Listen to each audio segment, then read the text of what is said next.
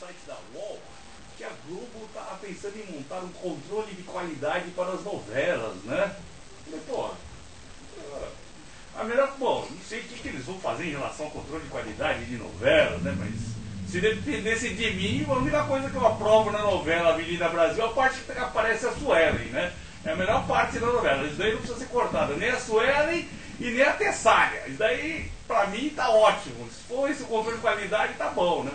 Agora, será que a Globo, pensando nisso em relação às novelas, será que ela poderia pensar em relação a futebol? Já pensou se os caras começam a fazer controle de qualidade no futebol? Aí tem aquelas partidas de futebol bem sem vergonha, que fica 0-0, ninguém ataca ninguém, sabe? Timinho, os dois times incompetentes, será que eles teriam a moral de tirar do ar e colocar um outro programa? Já pensaram nisso, uma coisa? Outra coisa que acho que precisaria de controle de qualidade também, né? Já falando em outras coisas, eu acho que em relação aos políticos também precisaria ter um controle de qualidade nervoso, né? Porque a qualidade dos políticos aqui é bem baixa, né?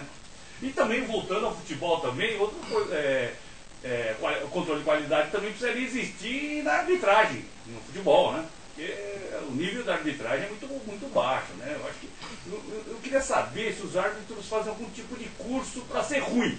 Porque todos são ruins, a maioria é tudo ruim, meu. Acho que os caras fazem curso para ser ruim, não é possível.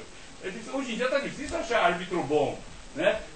São exceções, né? Você vai a escalação de árbitros, aí ninguém cita um ou outro como bom, né? Quer dizer, então a maioria faz curso de arbitragem de ruindade, não é possível. Porque os caras, de repente, acho que poderiam solucionar isso daí em relação às arbitragens, se tirassem as regras, né? Porque as regras atrapalham os árbitros, né?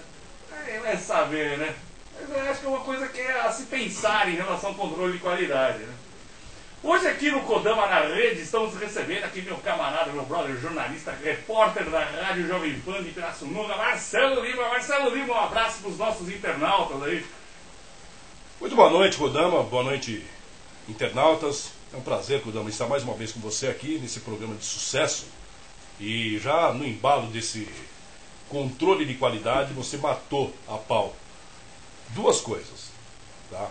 Primeiro, a política do nosso país, que está uma vergonha há muitos anos e precisa de um controle muito rígido através dos seus nossos governantes. E a arbitragem no futebol brasileiro, que a cada rodada, surpresas desagradabilíssimas através dos homens do apito, tá? E agora, e cada vez piorando mais, e engordando os cofres da CBF, que não sabe mais onde colocar o dinheiro arrecadado através de cada rodada. E agora, quando antes tínhamos apenas 4 árbitros, que são 3 tomando conta das 4 linhas, e um que seria o mesário, agora tem 7, 8, às vezes até 9, fora o supervisor. E a tendência que era melhorar foi piorando, e está uma vergonha a arbitragem no nosso futebol brasileiro. É terrível, né? Não sei, porque assim, você começa a falar assim, quem é o árbitro aí, você cita um ou dois que tem um nível bom de arbitragem, o resto é tudo ruim. Para você ter uma ideia, Kodama, eu sou repórter, que a gente chama aqui, né, repórter de linha. Eu fico justamente atrás dos gols. Geralmente aqui em São Paulo, eu fico atrás do gol do time mandante. Por exemplo, amanhã eu estarei no estádio Paulo Machado de Carvalho cobrindo o clássico Palmeiras e Corinthians. E amanhã não há necessidade de eu sair de trás dos gols. Mas para que serve aquele bandeira, aquele auxiliar, o assistente adicional número 1 e número 2? Simplesmente para atrapalhar a visão do repórter. Não serve para absolutamente mais nada. Ele não tem poder de comando, ele não está ali. O que ele vê não é para ser visto, tá? E o que ele vê, ele não delata. Ele não entrega para o auxiliar número 1 ou número 2, tá? Muito menos Houve uma atrapalhada no jogo passado que eu estive fazendo no Paulo Machado de Carvalho, que inclusive o auxiliar número 2, na ocasião do jogo, falhou sobremaneira e nem para auxiliar o coitado do auxiliar número 2 servia esse auxiliar que, como diz o Roberto Carmona, da Rádio Transamérica, ele só espanta quero-quero. Além de espantar quero-quero, aqueles passarinhos chatos pra caramba que vem pra cima de repórter, além de ser o espanta quero-quero, nos atrapalha a visão que a gente tem que estar atento sempre ao lance. Toda vez que o narrador nos chama, nós somos obrigados a intervir a cada lance da partida. Às vezes ele atrapalha e atrapalha sobremaneira, ficando na nossa frente. Só serve para isso, para mais nada e ganhar dinheiro. É verdade, porque assim, não é possível aquele lance lá do jogo do Corinthians e Santos, que o Bandeira errou 3 vezes, né? Ah, aquilo foi um absurdo. Aquele foi um erro Bandeira crasso. da linha de fundo, ele não podia falar que o cara estava do lado da trave? Aquele foi um dos erros mais crassos que já aconteceu no futebol brasileiro. O impedimento, às vezes, entende-se sobre impedimento passivo, não passivo. Aquilo lá foi um absurdo. Por falta de houveram 3 lances que deveriam ser impugnados e nada aconteceu. E é claro que prejudicou o Corinthians, seu time, né, diante do Santos. Na Vila Belmiro não havia necessidade, porque o Santos estava jogando muito bem, poderia até virar aquela partida, mas aquele foi um lance capital e que ficou registrado como um dos maiores erros atuais na arbitragem de futebol brasileiro. Infelizmente foi para cima do seu Corinthians, mas isso aí anda acontecendo a cada rodada, isso aí vem preocupando demais a todos que cuidam do futebol. Porque foi uma coisa, um lance um tanto inédito, né? Porque Antagônico. Foi um erro triplo no mesmo lance, né? No mesmo Antagonismo, de gol. antagonismo total. Porque como você bem mesmo disse, se houvesse pelo menos um pouquinho mais de discernimento por parte da CBF em cuidar da comissão de arbitragem, a CBF e a comissão de arbitragem, cuidar um pouco mais, dar certos, dosar e profissionalizar a arbitragem, que é o que nós já há muito tempo a gente vem pedindo esse tipo de situação, a profissionalização da arbitragem. O árbitro hoje ele é bombeiro, daqui a pouquinho ele está no Pacaembu como auxiliar. Ele é um policial militar, daqui a pouquinho ele está arbitrando um clássico importante. E, sabe, e é assim, o futebol brasileiro, infelizmente, é assim. Se profissionalizar, pagar e dosá-los de curso, eu acredito numa melhoria, mas está bem longe de acontecer isso aqui no futebol.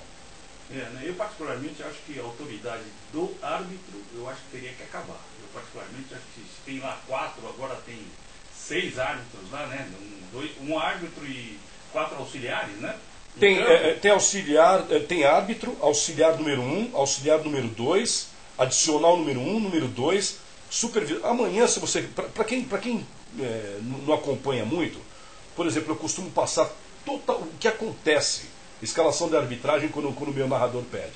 O Alessandro Marangoni, da Rádio Difusora Jovem Pan Pirassununga, me pede e fala: Marcelo, dê escalação. Eu falo: opa, vamos respirar fundo. São 8. Para quê? E outra, se você diz assim, tirar o poder da arbitragem, porque eles têm o comando sim, mas se tirar de vez o poder, a quem nós podemos jogar essa responsabilidade? Inclusive, eu até brinco muito na escalação da arbitragem, quando eu falo 4º árbitro, o dedo duro, que eu até brinco, ele só está lá para isso, não está para absolutamente mais nada. Ele que deveria tomar conta, entre aspas, das regras, do lado de fora do que acontece ali com os bancos principalmente, ele se omite e não serve para absolutamente nada. Então, infelizmente, né? Vamos ver, né? Se os caras conseguem mexer em alguma coisa, né? A dona FIFA faz alguma coisa em relação a isso daí, porque a FIFA é muito arcaica, né? A FIFA, aquele senhor, o mais novinho da FIFA tem 102 anos. Foi colega de infância do Oscar Niemeyer. Não é possível. Porque, sério mesmo, o pessoal dá risada, mas o mais novo na FIFA tem acima de 85 anos de idade. Isso é um absurdo. Tem que haver uma certa reciclagem e mais aquele, como você falou, quando você abriu o programa dizendo que precisa do quê? Um controle de qualidade. Não é isso? Até a Globo agora vai controlar a qualidade. Controlar a qualidade, a Globo controlar a novela. Ah, é o fim de carreira. Ué, falaram, estava escrito saindo do bola. É o fim de carreira. Mas Marcelo, conta um pouquinho aí da sua história em relação a parte jornalística, jornalismo. Você sempre teve na Jovem Pan? Não, eu comecei, vim pelas mãos do saudoso Fiore Giliotti, que Deus o tenha. Eu, na verdade, eu sou engenheiro mecânico, né, técnico mecânico. E devido ao, como você diz, o vozeirão, né?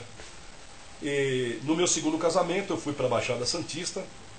E por que eu fui para a Baixada Santista? Porque nasceu meu filho, o Bruno, e ele nasceu com broncopneumonia. E na época o médico me aconselhou: ou você vai para o litoral ou vai para o interior. Como eu tinha uma casa, eu tinha um apartamento dos meus pais no litoral, optei por lá. Comecei como cantador de bingo, depois eu fui locutor de mercado, né? Fiz uma rede de mercado muito forte em São Paulo, do Abílio Diniz, para quem estiver meio curioso. E de lá depois eu comecei fazendo um programa sertanejo, fui para um programa de pagode, eu gosto muito de música de pagode, e acabou se tornando um grande sucesso, e através desse programa de pagode, e também através desse mercado que eu fazia, a locução de mercado, de ofertas de mercado, acabou aparecendo o Fiore Gilhote, e o Fiore me fez o convite para vir a São Paulo, e eu vim fazer em São Paulo, na Record, na época ele estava na Record, depois da Record eu passei para a Rádio Capital, da Rádio Capital, Rádio Tupi, depois voltei para a Rádio Capital, aí depois o Fiore acabou falecendo, eu entrei na difusora Jovem Pan Pirassununga e lá estou até hoje. Já estou no mundo do futebol já há alguns anos, me dei bem, é uma profissão que eu adoro, um estilo gostoso de trabalho, eu não pretendo nunca mais voltar para a área técnica. Mecânica não. É verdade. Eu vou te confessar um segredo. Eu sou engenheiro elétrico, tá certo? Não nos dá nosso dinheiro devido, então a gente parte para outra. Mas legal é saber, né, em relação a toda essa experiência que você tem, né, na imprensa esportiva, né? E teve alguma história aí que você possa contar pra gente? Algum fato mais cômico aí, hilário nessa história em relação a... tem vários, tem vários. Muitas vezes, você que impunha um microfone, ou se não fala direto para uma câmera, eu, por exemplo, eu fiz um Por Dentro da Bola, com o grande Silvio Luiz, trabalhei também com o Datena, fiz alguns programas com o Neto, lá na Bandeirantes, no canal fechado, né, na Bandeirantes, e 2 vezes por semana a gente ia fazer o programa lá Por Dentro da Bola, o pessoal passava em casa, me pegava lá com a viatura da Band. Uma certa ocasião apareceu o motorista e me falou assim: o senhor é o Fiore Gilhote? Eu falei: prazer, Marcelo Lima. Ele me colocou dentro da viatura e me levou. Aí chegou na portaria da Bandeirantes e falou assim: ó, acabei de trazer o Fiore. Eu falei: então você trouxe o morto, o cara falou. Eu olhei pra cara dele, tá vendo? Meu nome continua sendo Marcelo Lima. Prazer. São coisas assim. E aconteceu também lá por exemplo, eu fui fazer esses dias atrás aí a primeira final, Corinthians e Boca, lá no La Bombonera. E é claro que os argentinos não tinham lugar para a imprensa brasileira ficar e nos alocaram para dentro da torcida do Boca Juniors. Torcida um tanto quanto fervorosa. E é claro que através do sotaque eles conhecem e sabem quem são os brasileiros e quem não são os brasileiros. Aí o cara olhou para minha cara e falou assim: você é brasileiro, né? Eu falei: o que você acha? Vai, Corinthians. Ixi, o cara ficou doido. Queria me jogar lá de cima. Mas são coisas que a gente passa e brinca, mas a imprensa argentina acabou nos atendendo muito bem também, apesar que não tinha mais onde nos colocar, então fomos obrigados a ficar. Mas tem muita história gostosa no futebol, e eu faço parte dessa história já e fico muito orgulhoso em fazer parte da história do futebol paulista e brasileiro. A gente viaja muito esse Brasilzão aí, em algumas partes para fora do país, mas tem muita coisa pitoresca também aí no meio que vale a pena. Poupança programada, investimento garantido. O consórcio é a modalidade de compra preferida daqueles que desejam planejar o futuro. Além da aquisição de bens, o consórcio mantém o poder de compra do cliente, sem riscos de perda de capital e sem juros. E para assegurar uma vida rentável e com tranquilidade, o consórcio acumula ainda mais vantagens. Novo plano sob medida. Rodobens Consórcio.